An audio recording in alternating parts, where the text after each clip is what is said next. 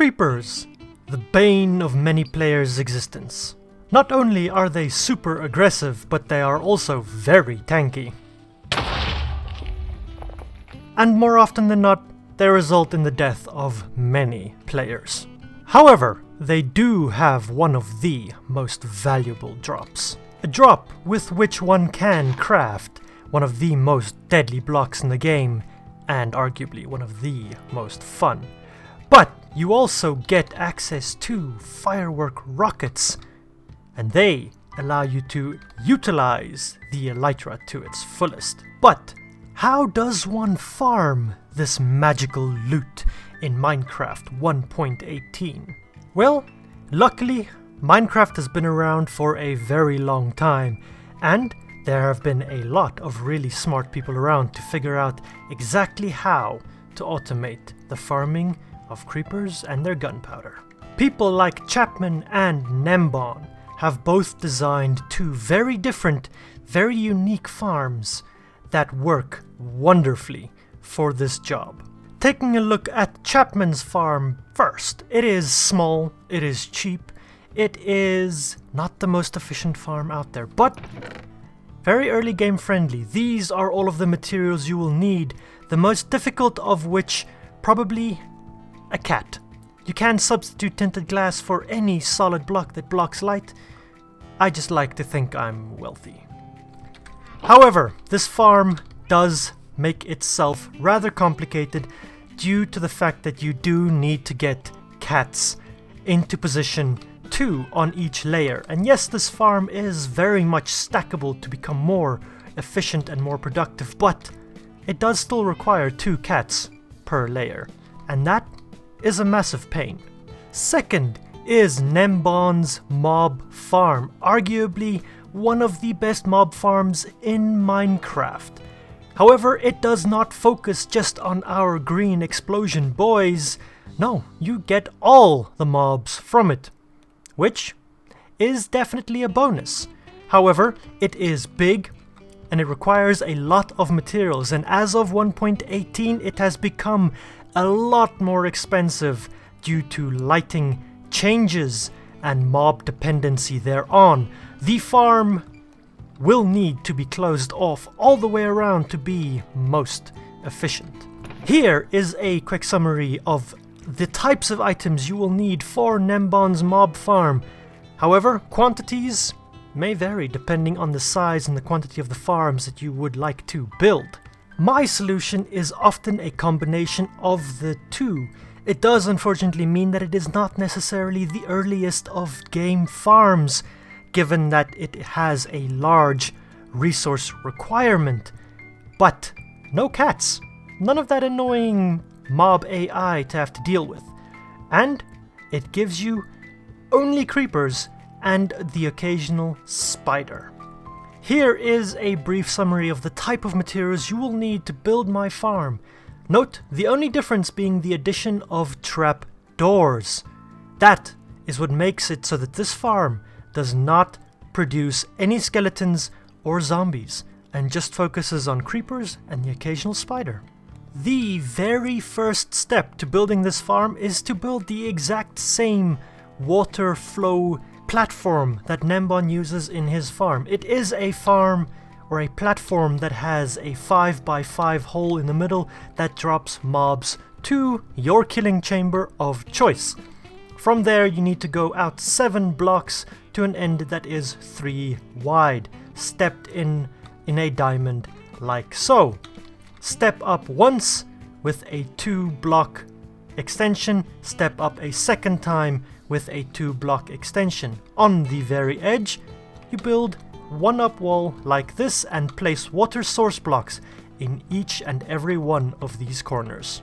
From here, you will want to come to the center of your farm and build up 1, 2, 3, 4 blocks. Break away the 3 bottom ones temporarily. This is where you will be building your very first platform, allowing plenty headroom for your mobs to bob up and down as they flow underneath it. The platform dimensions you will want to build from your center out will need to be 7 blocks in all 4 directions. and then fill in your diamond pattern at a 45-degree angle all the way around. With that complete, that is your very first platform done. Note I have used slabs for the majority of this platform, saves on a bit of materials here and there. Next, you want to come up 1, 2, 3 blocks, and this is where you are going to build your next platform. Exactly the same dimensions, and you can build as many of these platforms as you would like. In my case, I have built 9 platforms for this particular farm, the 9th one of which will not be a spawning platform. Next step, you will need 8 dispensers in my case, and 9 observers for this farm. Once you get to the very top, break the center block, crouch, place down your first observer. On top of that, a second observer will be needed. Break down that block and the block that is level with your platform and place a dispenser pointing upward as so. This will be your main dispensing mechanism. You can then go down 1 level, break down the center block and place another observer like so. You want the arrow of your observer pointing downward with its redstone core pointing down as well. From there, dispenser like so, and repeat down all of your platforms. Observer, dispenser. Observer, dispenser. Observer, dispenser. Observer, dispenser. Observer, dispenser. And lastly, observer and your dispenser on the final layer. Just like so. Up next, you will need to build a clock of some sort to make this farm function. My recommendation is an adaptation of the Etho hopper clock, by far the most reliable clock in my experience. You will need 2 hoppers facing into one another and a comparator pointing out of each hopper, just like so. A solid block that can conduct a redstone signal to either side, redstone, sticky piston, and a redstone block like so. Lastly, a piston that lines up with your topmost observer and that, if extended, will extend over your observer. One last thing you can add is an on-off switch onto your farm, just like this, onto your clock, a lever, and here you can see your piston extends over your observer. You will then require buckets of water, 1 per spawnable level. I recommend placing your buckets in every second level first. So we've placed on the top, skip 1, place in the next. Skip 1, place in the next. Skip 1, place in the next. And with 4 of your buckets placed, you can now come back up, flip your lever, trigger your observer, and you will see that every second platform now has water dispensed over it. If you have done this correctly, your water will not flow over the edges, but just to the edges. You can then place buckets into your remaining dispensers. With all of your buckets placed, you can test the farm by flipping your lever once, and you will see that your water alternates now. The redstone flows through this tower that we have constructed. This allows for 50% of your farm to always have spawnable space, by far the most optimum configuration for this farm. Last part of functionality. If you turn the farm technically on, nothing is going to happen because your Etho hopper clock is not yet working. Inside one of your hoppers, place about a stack of blocks, and that will allow your farm to run automatically. Every time that whole stack of blocks goes from one hopper to the next, your dispensers will trigger. Just like that. And that is the farm automation completed. Now, unfortunately, you will see nothing is spawning, because thanks to 1.18 lighting mechanics, all of that is now too bright for mobs to spawn. This is now where the most expensive part of this farm comes in that it will require a large volume of blocks. The very first thing that you will be required to do is to extend your topmost platform to be the exact same dimensions as your bottom catchment platform. I prefer to do this by measuring out quite exactly by extending this block all the way up on all four sides. Followed then by tracing the outline of your farm by simply extending these blocks diagonally all the way through like so, and by filling in this entire platform in between, just like so.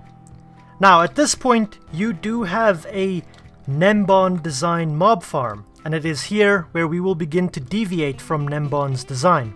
I would recommend turning off your farm at this point, because now it becomes necessary to place in your trap doors.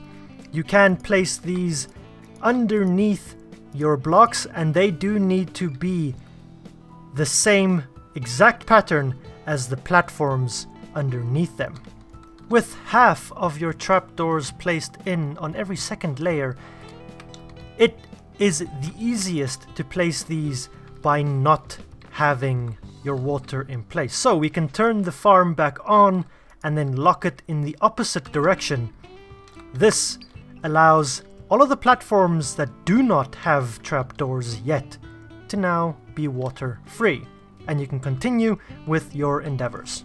Something to note, despite 1.18 having changed the lighting, there are still some blocks at the very center where mobs are capable of spawning, so do be careful when you do this. But once that is done, you can now come up to the top again and turn the farm on fully. This will now become a fully functional Gnembon inspired creeper farm. The last thing you need to do to make this farm work to its fullest is to close off this whole farm with a non-transparent block, i.e. a block that blocks light from getting in. I am using the new 1.17/1.18 tinted glass for the purposes of viewing this thing in this tutorial, but you can use any solid block for this purpose. Stone, wooden planks, deep slate, your choice. And with that, it is possible to view your farm now fully functional. Creepers and spiders spawning in rather abundance within. However, before we can test this farm, we do need a collection system of some sort. Now, if you have not linked up your collection system just yet, I would highly recommend that you turn off your farm before going any further, as you do not want any of these mobs falling on your head while you are working down at the bottom. Currently I just have some lava in there because I didn't want the mobs to amass while I built this, but this is one of my favorite kill chambers and or collection systems available. It is very simple and you just need 3 blocks to do it. Some chests, some hoppers, and some campfires or soul campfires. These work brilliantly because mobs will fall on them, take damage, blocks can be sucked through them, but they cannot destroy blocks like lava or regular fire can, which will allow all of your chests to fill up with materials. One thing to take note of, campfires as well as lava do generate light, and this light will affect 1 or 2 of your platforms, at the very least on the very edges, in terms of their spawning capabilities. But for now we can come in and replace my temporary lava kill chamber with a more efficient version. And with a storage system in place, as well as a killing chamber, now all that's left is to test the farm to see how productive it is. Most efficient way to do that is to be 128 blocks above your kill chamber.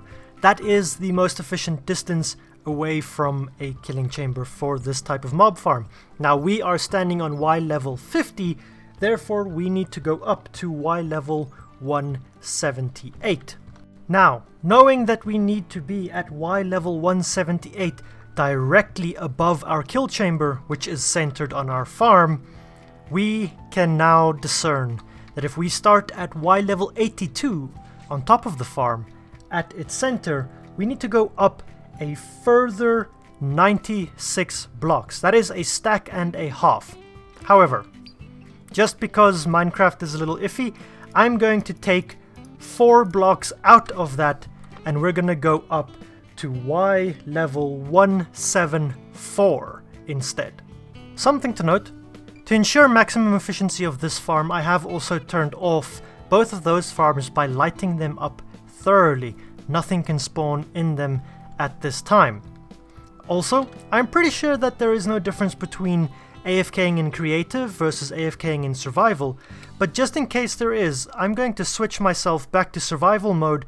We're going to hop back into here, Y level 174 as we planned, place a lighting block to ensure that nothing can spawn up here with me, and then we are going to AFK for half an hour, starting now. And 30 minutes later, I think we can go back to creative mode now and hop out of here and go and give our farm a look, see if it was productive at all. I do see a lot of spiders in there. Hopefully we got some creepers as well. Oh, would you look at that? That's really good. Half an hour and we have 11.5 stacks of gunpowder. That, my friends, is going to be the end of this tutorial video. If you found this helpful or if you've enjoyed it, go ahead, like, subscribe, comment down below, and while you're at it, check out my single player survival series. Link in the doobly-doo. Until next time, my friends, have an absolutely brilliant one.